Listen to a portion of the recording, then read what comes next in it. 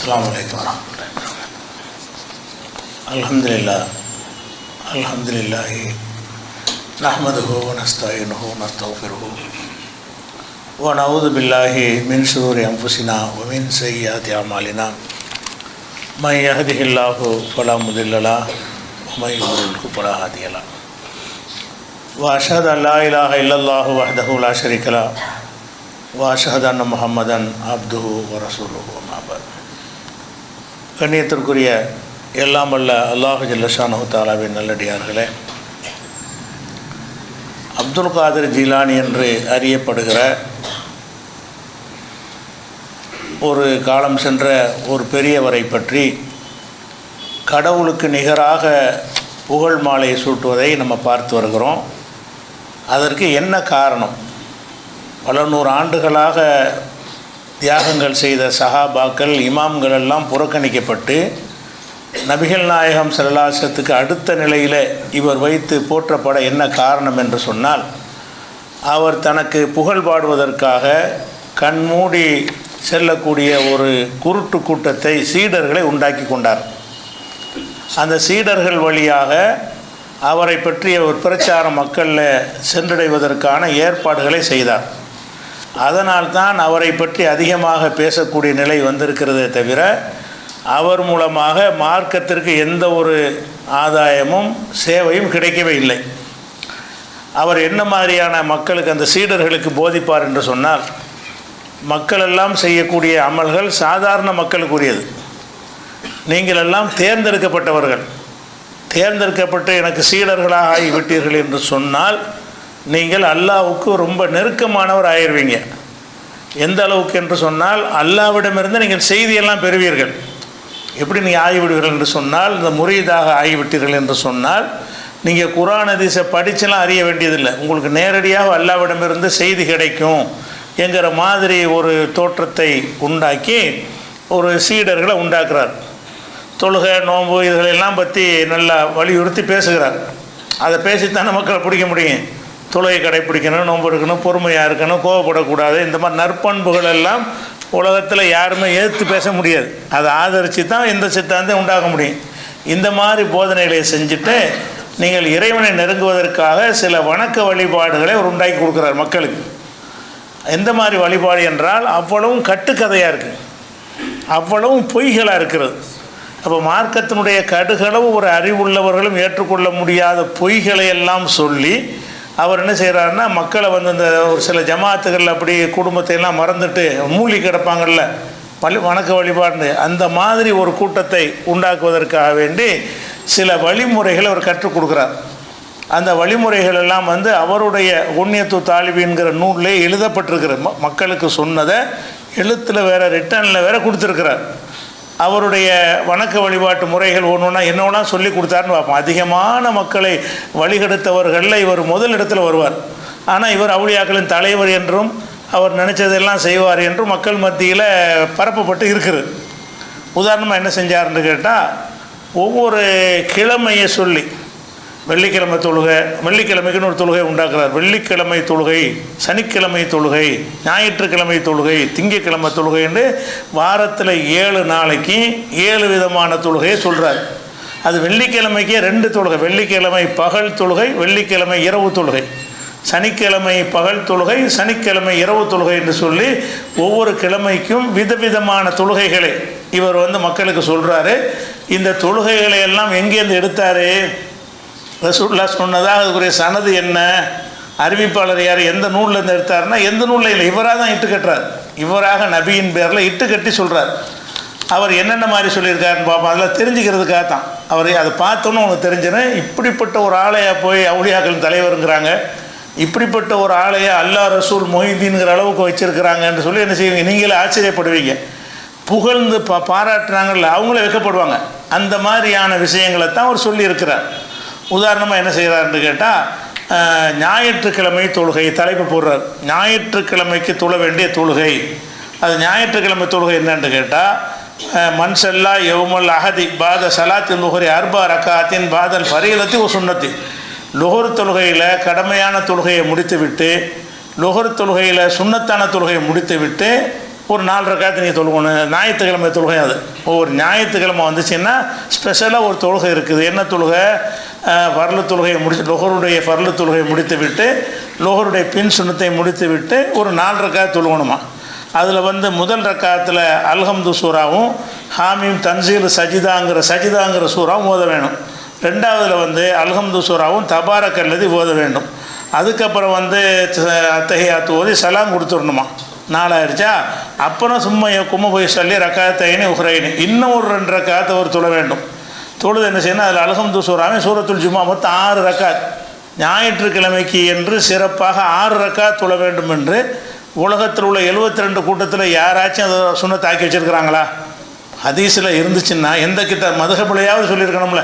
மதுஹபிலையாவது ஞாயிற்றுக்கிழமை தொழுகைன்னு ஒரு தொழுகை நீ கேள்விப்பட்டிருக்கிறீங்களா?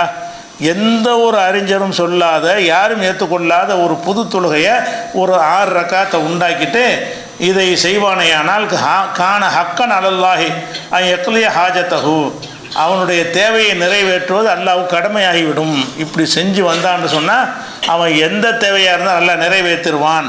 யுப்ரிஹு மிம்மா கானத்தின் நசாரா அலைஹி, நசாராக்கள் எந்த கொள்கையில் இருக்கிறார்களோ அந்த கொள்கைக்கு செல்லாமல் அல்லாஹ் அவனை காப்பாற்றிடுவான். நசாரா கொள்கைக்கு நீங்கள் போகக்கூடாதுன்னு சொன்னீங்கன்னா ஞாயிற்றுக்கிழமை தொழுகையை தொழுவோம். ஞாயிற்றுக்கிழமைக்குன்னு ஒரு ஸ்பெஷல் தொழுகை. அது என்ன தொழுகை? 4 + 2 ரக்காத் தொழுகை தொழணுங்கிறார். இது எங்கேயாவது சனது இருக்குதா? அறிவிப்பாளர் இருக்குதா? ஏதாவது கித்தாப்? உண்மையுமே கிடையாது. இவர் 600ல் வந்த ஒரு ஆள். 600 ஆண்டுகளாக எழுதப்பட்ட நூல்களில் இல்லாமல் இவருக்கு எங்கேருந்து இது கிடைச்சி? இப்படி ஒன்று ரசூல்லா சொன்னாங்கன்னு ஒரு போட்டுக்கிறார். இப்படி ரசூல்லா சொல்லியிருக்கிறார்கள்னு சொல்லி தான் இந்த ஞாயிற்றுக்கிழமை தொழுகையை அறிமுகப்படுத்துகிறார். அப்போ ரசூல் ஸல்லல்லாஹு அலைஹி வஸல்லம் ஞாயிற்றுக்கிழமை ஒரு கூட்டத்தை உண்டாக்குனார். அதுக்கு கற்றுக் கொடுத்த ஒரு தொழுகை. அதுக்கப்புறம் என்ன செய்கிறாருன்னா திங்கக்கிழமை தலைப்பு அடுத்த சலாத்து யோமில் இஸ்னைன் திங்கக்கிழமை தொழுகை. திங்கக்கிழமை தொழுகை என்னென்னு கேட்டால் சூரியன் உச்சிக்கு வரும்போது இறுதி சூரியன் உதயமாகும்போது ரக்காத்தனி 2 ரக்காத்து சொல்லணுமா.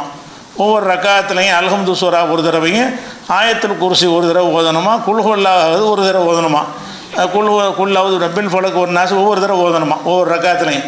இப்படி ஓதிவிட்டு சலாம் கொடுத்து விட்டு 10 தடவை இஸ்திக்ஃபார் செய்யணுமா. அதுக்கப்புறம் 10 தடவை ரசூலுல்லாஹ்வுக்கு ஸலவாத் சொல்லணுமா. இப்படி செஞ்சீங்கன்னு சொன்னால் கஃபரல்லாஹு லஹு துனூபஹு குல்லஹா, அவனுடைய எல்லா பாவத்தையும் அல்லாஹ் மன்னிப்பான் என்று ரசூலுல்லாஹ் சொன்னார்கள் எழுதிக்கிறார். ரசூலுல்லாஹ் சொன்னாங்கன்னா எங்கே சொன்னாங்க? எந்த கிதாபில் இருக்குது? ரசூலுல்லாஹ் சொன்னாங்கன்னா ஹதீஸுகளை தொகுக்கப்பட்ட ஒரு 600 வருஷ காலத்தில் உள்ள எந்த ஒரு ஹதீஸ் கிதாபுகள்லையாவது நபிகள் நான் இப்படி சொன்னாங்கன்னு இருக்குதா? அப்போ இதை பற்றி அறிஞர்கள் சொல்லும்போது, முல்லா அலி காரி போன்ற அறிஞர்கள் சொல்லும் பொழுது ஃபக்கது எகத்தனாபிஹா கசீர் மினல் ஜுஹாலி இல் ஹதீஸை பற்றி அறியாத மூடர்கள் இதை சொல்லியிருக்கிறார்கள். இவர் தான் மூடர்கிறார். யாரை? அப்துல் கார் ஜிலானி என்ன சொல்கிறார்? அவர் தான் பதிவு பண்ணி வச்சுருக்கிறாரு. இதை பற்றி ஹதீஸ்களை அறிஞர்கள் முல்லா அலிக்கார ஹனபி மதபில் ஒரு பெரிய ஒரு அறிஞர் அவர் என்ன சொல்கிறாருன்னா அது எகத்தனாபிஹா கசீர் மினல் ஜுஹால்னா ஜாகில்கள் மூடர்களில் சில பேர் அறிஞ்சிருக்கிறாங்க, நடைமுறைப்படுத்த சொல்லியிருக்கிறார்கள். அவங்க சூஃபியாக்கள்னு சொல்லக்கூடிய அந்த மாதிரி செய்கிறாங்க. இதுக்கு எந்த ஒரு ஆதாரமும் கிடையாதுன்னு சொல்லி இது ஹுசைன் இப்னு இப்ராஹிம்னு ஒரு பையன் இருந்தான். அவன் இட்டு கட்டின செய்திகளை தான் எடுத்து வைத்துக்கொண்டு இந்த சூஃபியாக்கள்லாம் சொல்லுகிறார்கள் என்று அவர் விமர்சிக்கிறார். அப்போ ஞாயிற்றுக்கிழமை தொழுகை இப்படி திங்கக்கிழமைக்கு ஒரு தொழுகையை போட்டார். அதே மாதிரி அதே திங்கக்கிழமைக்கு ரசூலுல்லாஹ் சொன்னதாக தான் எழுதி வச்சுக்கிறார். யார் ஒருத்தன் திங்கக்கிழமை என்று 12 ரக்காத் தொழணுமா. திங்கக்கிழமைக்கு 12 ரக்காத் ஸ்பெஷலாக திங்கக்கிழமை தொழுகை 12 ரக்காத் வழக்கமான தொழுகை போக, வழக்கமான கடமையான சுன்னத்தான தொழுகை போக எக்ஸ்ட்ராவாக ஒரு 12 ரக்காத் தொழுகணும். ஒவ்வொரு ரக்காத்துலையும் அல்ஹம்து சூராவையும் ஆயத்துல் குர்சியும் ஓதுனா என்ன செய்வானா? அல்லாஹ் என்ன செய்வானா? கியாமத்து நாளில் அல்லாஹ் கூப்பிடுவானா, இன்னாருடைய மோன் இன்னாரே இந்த 12 ரக்காத் தொழுகிறால எல்லாம் கூப்பிட்டு லியக்கும் பொல்லியாக சவாபகம் அல்லா, நீ எந்திரிச்சு உனக்கு என்ன வேணுமோ நீனே எடுத்துக்க. அல்லாஹ் கூலி கொடுக்க மாட்டானா. அல்லாஹ் நினைஞ்சிருப்பானா உனக்கு என்ன தேவை நீனே எடுத்துக்க அப்படின்னு அல்லாஹ் சொல்லிவிடுவான். அது மாதிரி முதல்ல என்ன செய்வான்னா அல்ஃபா ஹுல்லத்தின் 1000 ட்ரெஸ்ஸு கொடுப்பானா. முதல்ல இந்த 1000 ட்ரெஸ்ஸை வச்சுக்கன்னு கொடுப்பானா. அதே மாதிரி கிரீடத்தை அனுபவிப்பானா. அனுபவிச்சு உதுகுல் ஜன்னா சொர்க்கத்துக்கு போ அப்படின்னு சொல்லுவானா. சொர்க்கத்துக்கு அவர் போகும்போது 1,00,000 மலக்கு அவனை வரவேற்பாங்களாம். இந்த மாதிரி ஆட்களை 12 ரக்காத் தொழுது என்ன செய்வாங்களா? சொர்க்கத்தின் வாசலில் 1,00,000 மலக்கு நிற்பாங்களாம். வாங்க வாங்க வாங்கன்னு அவனை கூப்பிடுவாங்க. ஒவ்வொரு மலக்கு கையிலையும் ஹதியா வேறு இருக்குமா, அவர் கொடுப்பதற்கு அன்பளிப்பு வச்சுக்கிட்டு இருப்பாங்களாம். அப்போ இந்த மாதிரி வந்து முதல்ல விஷயம்னா இப்படி ஒரு தொழுகை இருக்குன்னு அது யார் உனக்கு சொன்னான்? தொழுகை நோன்பை கற்றுத்தருவதுக்கு தானே அல்லாஹ் ரசூல் அனுப்புனான். ரசூல் வழியாகத்தான் எல்லாம் சொல்லி தந்துட்டாங்களே. கடமை என்னன்னு அனைவருக்கும் தெரிகிறது. சுண்ணத்து, முன் சுண்ணத்து, பின் சுண்ணத்து அனைத்தையும் நம்ம எல்லாருமே அறிந்து வைத்திருக்கிறோம். பள்ளிவாசல் அட்டவணையில் போட்டிருக்கிறோம். எங்கேயாச்சும் இந்த மாதிரி திங்கக்கிழமை தொழுகை நீங்கள் எழுதி வச்சுக்கிறாங்களா? திங்கக்கிழமை 12 தொழுவுங்க, இந்த மாதிரி ஓதுங்க இருக்குதா? ஹதீஸில் கிடையாது. அப்போ ரசூல் ஸல்லல்லாஹு அலைஹி வஸல்லம் சொல்லாத ஒன்றை திங்கக்கிழமை தொழுகைன்னு ஒன்று உண்டாக்குறார். திங்கக்கிழமைக்கு 12 தொழுதுறணும். அதுக்கப்புறம் வந்து செவ்வாய்க்கிழமை தொழுகை. செவ்வாய்க்கிழமை என்ன செய்யணும்னு கேட்டால் சூரியன் உச்சிக்கு வரும்போது தடுக்கப்பட்ட நேரம் இருக்குல்ல, அப்போ தொழுவணுமா. எப்போ 12 என்ன செய்யுமா?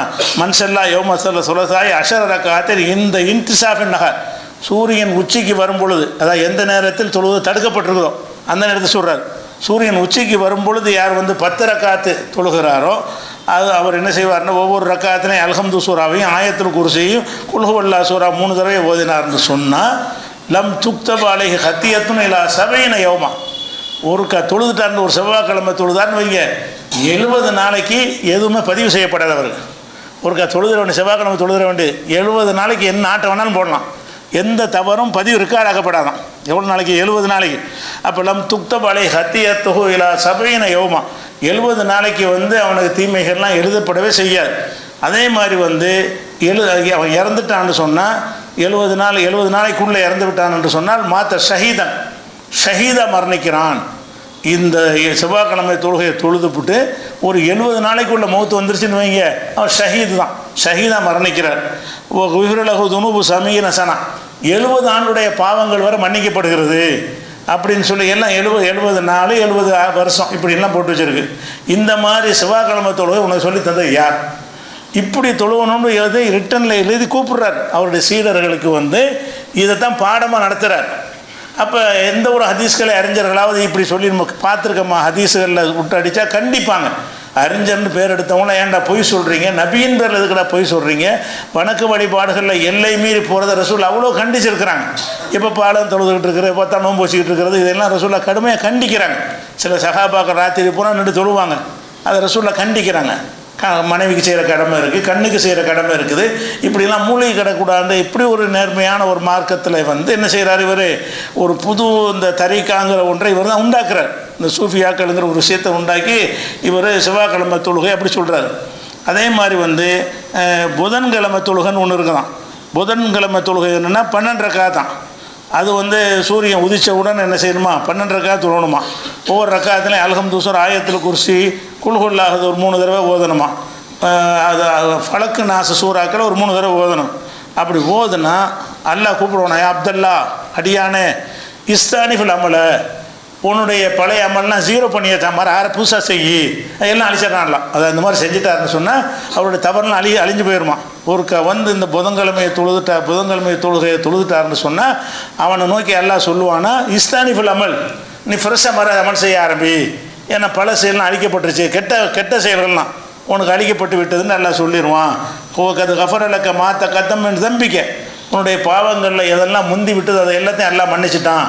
இந்த மன்னிக்கிற ரசூல்லாவுடைய சொல்லி இருந்தால் நம்ம ஏற்றுக்கணும், அது ஒரு விஷயம். இப்படி ஒன்றை ரசூல்லா சொன்னார்கள் என்று சொல்வதாக இருந்தால் எங்கேருந்து எடுத்த? அதே மாதிரி அவருக்கு வந்து ஒரு நபியுடைய அமல், நபியின் ஒரு நபியுடைய அமல் அவனுக்கு அன்றைக்கு எழுதப்படும். செவ்வாய்க்கிழமை தொழுகையை தொழுவிட்டான் என்று சொன்னால் நபியின் அமல் இந்த மாதிரி ஒருத்தர் சொல்லியிருந்தாருன்னா இவர் அறிஞர்னு ஏற்றுக்கிற இயலுமா? நேர்வழி காட்டின்னு ஏற்றுக்கிற முடியுமா?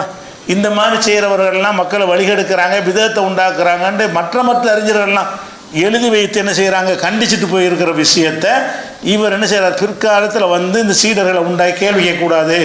ஏன் கேள்வி கேட்கக்கூடாதுன்னு சொன்னால் இப்போ விளங்குது அர்த்தம்? இதெல்லாம் கேட்டுருவாங்க, எங்கள் சனது என்னென்னு கேட்டுருவாங்கல்ல, அதுக்கு தான் ஷேக்கு சொன்னால் வாயத்தை வந்து இதை கேட்கக்கூடாது. ஷேக்கு சொல்கிறது அப்படி நம்பணும், முதல் பேசிக் அழகாக போட்டுவிட்டார். ஷேக்கு என்ன சொன்னாரோ அதுக்கு எதிர்த்து கேட்கக்கூடாது, தப்பாக இருந்தால் கூட நீ சுட்டி காட்டக்கூடாது அப்படின்னு சொன்ன காரணத்தினால இருக்கிறவன்னா தலையத்திலே ஆட்டிக்கிட்டு இருப்பாங்களே தவிர அவங்க கேள்வியே கேட்க மாட்டாங்க. இப்படி ஒரு புதன்கிழமை தொழுகை. அதுக்கப்புறம் வந்து வியாழக்கிழமை தொழுகைன்னு உண்டாக்குறாரு. வியாழக்கிழமை எப்படின்னா லொஹருக்கும் அசருக்கும் மத்தியில் 2 ரக்காத் தான். அது இதெல்லாம் எங்கேருந்து எடுக்கிறான்னு பாருங்கள். லொஹருக்கும் அசருக்கும் மத்தியில் வியாழக்கிழமை தேதி குறித்து வச்சு என்ன செய்யணும், வியாழக்கிழமை வந்தால் லொஹர் அசருக்கு மத்தியில் 2 ரக்காத் தொழுவணும். அதில் அல்ஹம்து சூரா 1 தடவை ஓதணுமா, ஆயத்துல் குர்சி வந்து 100 தடவை ஓதணுமா. அந்த 2 ரக்காத்தில் ஒரு தடவை அல்ஹம்து சூரா ஓதுன, ஒரு ரக்காத்தில் வந்து அல்ஹம்து முதல் ரக்காத்தில் ஆயத்துல் குர்சி 100 தடவை, அது மாதிரி 2வது இதில் வந்து சூரத்துல் ஃபாத்திஹா ஒரு தடவையும் குல் ஹுவல்லாஹது 100 தடவையும். அப்போ ஆயத்துல் குர்சி 100 தடவை ஓதி ஒரு ரக்காத்து, குல் ஹுவல்லாஹ் சூரா 100 தடவை ஓதி ஒரு ரக்காத்து. இதில் ஓர் அசருக்கு மத்தியில் தொழுவணும். இது என்றைக்கு தொழுவணும்னு கேட்டால் வியாழக்கிழமை தொழுவணும். வியாழக்கிழமைக்கு உள்ள தொழுகைன்னு நினைஞ்சிருக்காரு, ஒன்று இருக்கிறார். இப்படி செஞ்சால் அல்லாஹ் என்ன கொடுப்பான்னு சொன்னால், ஆத்தாஹுல்லாஹு சவாப மன்சாம ரஜப ஒ ஷஅபான் ஒ ரமலான். ரஜபு ஷஅபான் ரமலான் 3 மாதம் நோன்பு வச்சா என்ன நன்மை கிடைக்குமோ அது கிடைச்சி போயிடும். இதில் இந்த தொழுகையை வியாழக்கிழமைய தொழுகையை ஒருத்தர் தொழுவாரையானால் ரஜபு ஷஅபான் ரமலானில் நோன்பு வச்சது கிடைச்சிருமா. இப்போ கானலகும் என சவாபி மிசல் ஹாஜில் பைத்தி, அவருக்கு வந்து ஹஜ்ஜிக்கு போயிட்டு வந்த ஒரு கூலி கிடச்சி போயிடும், பைத்துல்லாவை ஹஜ்ஜு செஞ்ச கூலி கிடச்சிரும். அதே மாதிரி வந்து குத்திபலஹு பி அததி குல்லி மன் ஆமன பில்லாஹி, அல்லாவை நம்பின மக்கள் இருக்காங்கல்ல, அவங்க எண்ணிக்கை அளவுக்கு இவருக்கு நன்மை எழுதப்படுமா. உலகத்தில் முஸ்லீம்கள் எவ்வளவோ 200 கோடி இருக்காங்கன்னா 200 கோடி நன்மை இவருக்கு எழுதப்பட்டுருமா. முஸ்லீம்களுடைய எண்ணிக்கை அளவுக்கு இவருக்கு நன்மை எழுதப்படும் இப்படின்னு சொல்லி ரசூலுல்லாஹ் சொன்னாங்கன்னு போட்டு ஒரு புது தொழுகையை அடுத்த ஒரு தொழுகையை உண்டாக்கி வழிகெடுக்கிறார். எவ்வளோ பெரிய வழிகேடை, ஒரு மார்க்கறிவு இல்லாத ஒரு மூடர் மாதிரி வாழ்ந்திருக்கிறாரு. அவர் அவுலியாக்கள் தலைவரான், அவர் நினச்சதெல்லாம் நடக்குமா, அல்ல அவற்றை கேட்டு தான் செயல்படுவானாங்கிற அளவுக்கு இந்த அற்புதங்களை சொல்வதற்கு முந்தைய சொல்லிக்கிறணும். ஏன் அவருக்கு இந்த மாதிரி பில்டப் கிடைச்சிச்சு என்று சொன்னால், இப்படியான ஒரு கூட்டத்தை உண்டாக்கி வச்சுட்டு போயிட்டார். அவங்க பிரச்சாரம் பண்ணாங்க. அவருக்கு பிறகு அவரை பற்றி என்ன ஆஹா ஓஹாண்டு அவர் தான் அல்லாங்கிற அளவுக்கு பண்ணினதுனால தான் அவருக்கு மாத்திரம் தன்னை பற்றி புகழக்கூடிய ஒரு கூட்டத்தை, அடிமை கூட்டத்தை உண்டாக்கிட்டு போன காரணத்தினால்தான் அவருக்கு இப்படி பேர் கிடைச்சே தவிர மார்க்கத்துக்கு செய்த தொண்டுக்காக இல்லை. தொண்டே செய்யலை, மார்க்கத்தை நாசமாக்குற விஷயங்களைத்தான் அதிகமாக அவர் சொல்லியிருக்கிறத பார்க்குறோம். அதே மாதிரி வந்து வெள்ளிக்கிழமைக்குன்னு ஒரு தொழுகை இருக்கலாம். வெள்ளிக்கிழமை தான் ஜும்மா இருக்குது, அது இல்லையா. அது அல்லாமல் என்ன செய்யுதுன்னு கேட்டால், வெள்ளிக்கிழமை என்று தொழக்கூடிய ஒரு தொழுகை இருக்கிறது. அது என்ன தொழுகை என்று கேட்டால், லுஹருக்கும் அசருக்கும் மத்தியில் 2 ரக்காத் தொழுகணும். ஒவ்வொரு ரக்காத்தில் அல்ஹம்து சூரா ஒரு தடவை, ஆயத்துல் குர்சி ஒரு தடவை, குல் அவுது ரப்பில் ஃபலக் ஒரு 25 தடவை வாயில் வந்து அடிக்க வேண்டியதுதான். 2வது ரக்காத்தில் அல்ஹம்து சூரா ஒரு தடவை, குல் ஹுவல்லாஹ் ஒரு தடவை, குல் ரப்பின் நாஸுங்கிறது 20 தடவை. இப்படி ஓதிட்டு முடிச்சுட்டு என்ன செய்யணுமா, லா ஹவுல வலா குவத்த இல்லா பில்லான்னு ஒரு 50 தடவை இப்படி சொன்னானேயானால், இதான் முக்கியம். இப்படி தொழுதானேயானால், வெள்ளிக்கிழமை தொழுதால், ஃபலா யஹ்ருஜ் மின துன்யா ஹத்தா யரா ரப்பஹு அஸ்ஸ வ ஜல்ல ஃபில் மனாம், அவன் வந்து அல்லாவை கனவில் காணாமல் மௌத்தா போக மாட்டான். அவன் துன்யா விட்டு இப்படி இந்த தொழுதுகிட்டு வந்து அல்லாவை பார்த்துருவானான். இப்படி தொழுது கொண்டு வந்தானே ஆனால் அல்லாஹ் வந்து ஒரு கனவுல பார்க்குறேன், இப்படி பார்க்க முடியும். அல்லாவை நேரடியாக போய் ரசூலுல்லாவை பார்க்க முடியலை, அவன் திரையை போட்டு வச்சுருக்கிறான். மஹ்ஷரில் இந்த திரும்பி எழுப்பப்படும் போது தான் அந்த பார்க்கக்கூடிய தன்மையே கிடைக்கும். அப்போ இவர் என்ன செய்கிறாரு, கனவுல வந்து அல்லாஹ் பார்க்கலாம். அப்போ இந்த மாதிரி போதையில் ஆக்கி விட்டுருவானே யார், சீடர்களை. இப்படி இந்த மாதிரி தொழுகிட்டே இருந்தால் நமக்கு அல்லா வருவான், அல்ல நம்ம கனவுல தெரியும், அல்லா கனவுல கான் போட்டுக்கிட்டே இருப்பானுவோல. அப்போ எந்த ஒரு ஆய்வும் செய்ய மாட்டான், சிந்திக்கவும் மாட்டான், அந்த குடும்பத்தை கவனிக்க மாட்டான். ஒரு டைப்பான ஒரு கூட்டமாக என்ன செய்வாங்க, போதை வயப்பட்ட கூட்டமாக உண்டாகி விடுவார்கள். அதே மாதிரி எரா மக்கானவில் ஜன்னா, அவன் வந்து சொர்க்கத்தில் அவனுக்கு எந்த இடம் இருக்குது அதை எல்லாம் காட்டிடுவானான்.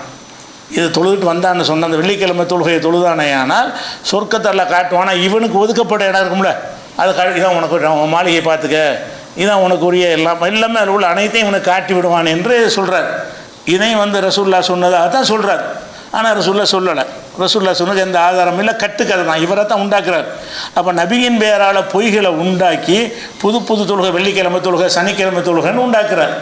அதே மாதிரி சில கதைகளை, வெள்ளிக்கிழமை தொழுகைக்கு சில கதைகளை உண்டாக்கி வச்சிருக்கிறார். என்ன கதைன்னு சொன்னால், ஒரு கிராமவாசி ரசூல்லாட்ட வந்தாராம். ரசூல்லா பேரில் தான் கதை, இவர் பேரில் சொன்னால் ஏற்றுக்கிற மாட்டாங்கல்ல.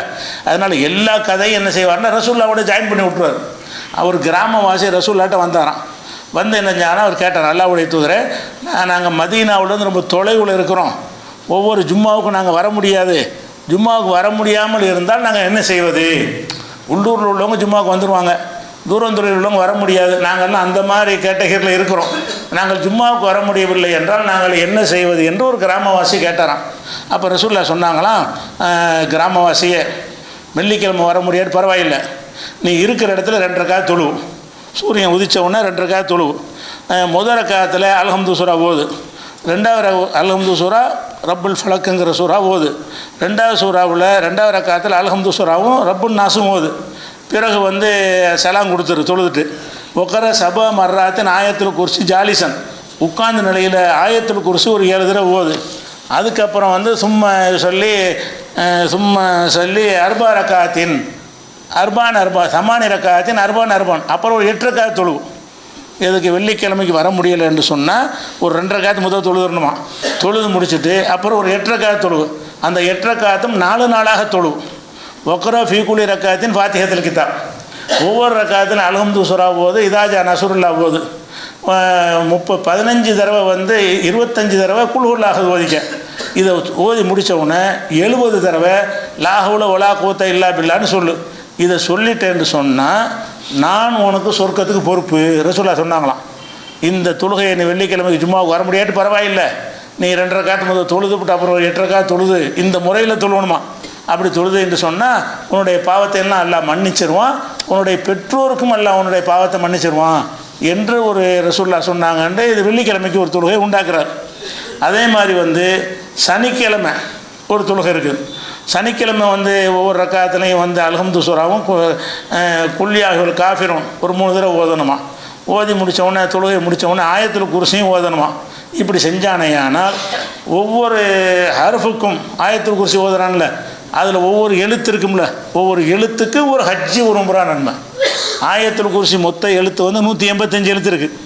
ஆயத்துல் குர்சி இருக்குல்ல, அல்லாஹுல் இல்லாஹுல் ஹய்யுல் கய்யூம் இருக்குல்ல, அதில் எழுத்துக்கள் என்னன்னீங்கன்னா ஒரு 185 எழுத்து இருக்குது.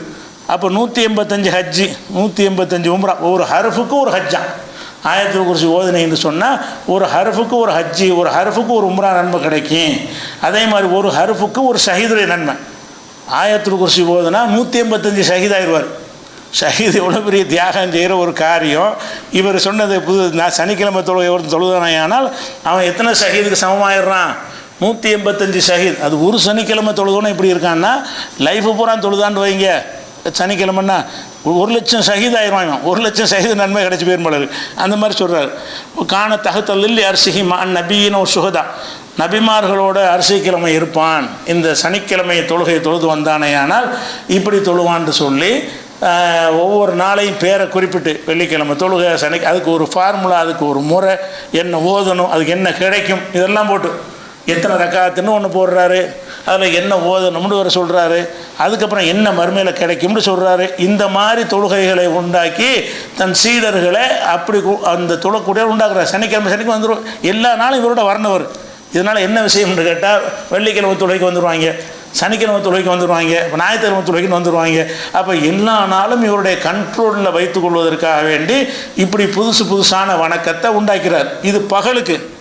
ராத்திரி போய் தூங்கலாமான்னா ராத்திரி தொழுகை தனியாக இருக்குது. இந்த 7 நாளைக்கு என்ன இருக்குது, வெள்ளிக்கிழமை ராத்திரிக்கு தொழுகை, சனிக்கிழமை அது வந்து அம்சால் அடுத்த வாரம் பார்ப்போம். அப்போ ஒவ்வொரு நாளும் என்ன செய்கிறாருன்னு கேட்டால் ஒவ்வொரு கிழமைக்கும் பகலில் ஒரு தொழுகையை உண்டாக்குறாரு, இரவில் ஒரு தொழுகை உண்டாக்குறார். இவர் உண்டாக்குன இந்த தொழுகைகளை பற்றி எல்லாம் இந்த செய்திகளை எல்லாம் ஹதீஸ்களை அறிஞர்கள் ஆய்வு செய்து விட்டு இது எல்லாமே கட்டுக்கதை, இது ரசூலுல்லாஹ் சொன்னது கிடையாது. அப்போ ரசூலுல்லாஹ் சொன்னது கிடையாதுன்ற ஒரு விஷயத்தை ரசூலுல்லாஹ் சொன்னார்கள்னு இவர் சொல்வார். ஆனால் இவர் யார்? ரசூலுல்லாஹ் சொல்ல இவர் நானாக உண்டாக்குறான்னு சொன்னாலாவது பரவாயில்லன்னு போயிடலாம். ரசூலுல்லாஹ் பேரில் இட்டுக்கட்டலன்னு வந்துடும். ரசூலுல்லாஹ் சொல்லவே இல்லை. இவர் எந்த ஒரு ஹதீஸ் ஆய்வாளரும் கிடையாது, ஹதீஸ் நூல்களை படித்தவரும் கிடையாது, ஹதீஸை தேடி பார்த்தவரும் கிடையாது. இவர் என்ன செய்கிறாரு, ரசூலுல்லாஹ் சொன்னாங்கன்னு ஒரு சஹாபி பேரை போட்டுருவார். அபூ ஹுரைரா அறிவித்தார்கள், ஜாபீர் அறிவித்தார்கள். ரசூலுல்லாஹ் ஜாபீர் அறிவித்தால் ஜாபீர் ஒன்றை வந்து அறிவித்தாங்க. ஜாபீருக்கு இவருக்கு 500 வருஷம் இடைவெளி இருக்குது. யார் ஜாபீர் யார்கிட்ட சொன்னார், அவர் யார்கிட்ட சொன்னார், அவர் யார்கிட்ட சொன்னார்னு சொல்ல சனது காட்டுமா இல்லையா? எந்த ஒரு அறிவிப்பாளரும் இல்லாமல் என்ன செய்கிறாரு, ஒவ்வொரு பகலைக்கு ஒவ்வொரு கிழமைக்கு போட்டு ஒரு கிழமைக்கு ஒரு தொழுகை ஆக்கிட்டார். ஒவ்வொரு கிழமையுடைய இரவில் அது ஸ்பெஷலாக இருக்குது. அந்த தொழுகைலாம் பார்த்தீங்கன்னா ஒவ்வொரு கிழமைக்கு ஞாயிற்றுக்கிழமை இரவு தொழுகை, சனிக்கிழமை இரவு தொழுகை. அப்போ ராத்திரி பகல் எல்லா நேரமும் இவர்கிட்ட வந்து உட்காந்துடணும். சீடர்னு சொல்லிச்சுன்னு பகல் தொழுகைக்கு வந்துடுவானா, ராத்திரியில் போய் தொழுது இஷாத்தோடு தூங்கலாம்னு முடியாது. இங்கே அதுக்கு ராத்திரிக்கு ஸ்பெஷல் தொழுகை வச்சுருக்கிறார். அப்போ டெய்லி இவரோட வந்து அது கண்ட்ரோலில் வச்சுக்கிறதுக்காக வேண்டி இப்படி ஒரு அடிமை கூட்டத்தை பொய்யான விஷயங்களை சொல்லி ஆன்மீகத்தின் பெயரால் மார்க்கத்தின் பெயரால் எல்லை மீறி அல்லாஹ்வும் ரசூலும் சொல்லாத லேசாக்கி தந்த ஒரு மார்க்கத்தை கஷ்டமாக்கி வைக்கிற மாதிரி என்ன செய்கிறாரு, இந்த விஷயத்தெல்லாம் இதெல்லாம் செஞ்சீங்க என்று சொன்னால் நீங்கள் அல்லாஹ் ஆயிடுவேங்கிறார். நீங்கள் அல்லாவுடைய கையை கொண்டு உங்கள் கையை ஆகிவிடும், அல்லாவுடைய பார்வையை போல் உங்கள் பிறகு நான் அதுக்குரிய ஆதாரத்தெல்லாம் சொல்கிறேன். அப்போ இந்த மாதிரி எல்லாம் அவங்க அல்லாவை ஆக்குறதுக்காக வேண்டி இதெல்லாம் உண்டுன்னு சொல்லி கொடுக்குறார். இந்த மாதிரி செஞ்சீங்கன்னு சொன்னால் நீங்கள் இறைவனுடைய தன்மை அடைந்து விடுவீர்கள் என்கிற அளவுக்கு ஒரு கூட்டத்தை உண்டாக்குனா இதுக்கு ஒரு வழிகேட்டா? இது அவுளியாவா? இது ஞானி செய்கிற வேலையா, ஒரு இப்லீஸ் செய்கிற வேலையா?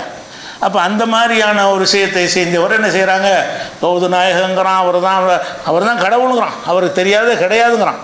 அந்த மாதிரிலாம் சொல்லக்கூடிய காட்சியை பார்க்குறோம். இன்ஷா அல்லாஹ் அவர் இரவு தொழுகைகள்னு சில சொல்லியிருக்கிறார், அதையும் பார்ப்போம். இபாதத்துங்கிற பேரில் எவ்வளோ ஒன்றா பொய்களை சொல்லி மக்கள் வழிகெடுத்திருக்கிறார் என்பதை பார்த்துவிட்டு அவருடைய அற்புதங்களில் எவ்வளோ கட்டுக்கதைகள் இருக்கிறது என்பதை என்ன செய்வோம் அடுத்தடுத்து பார்க்கலாம். அஸ்ஸலாமு அலைக்கும்.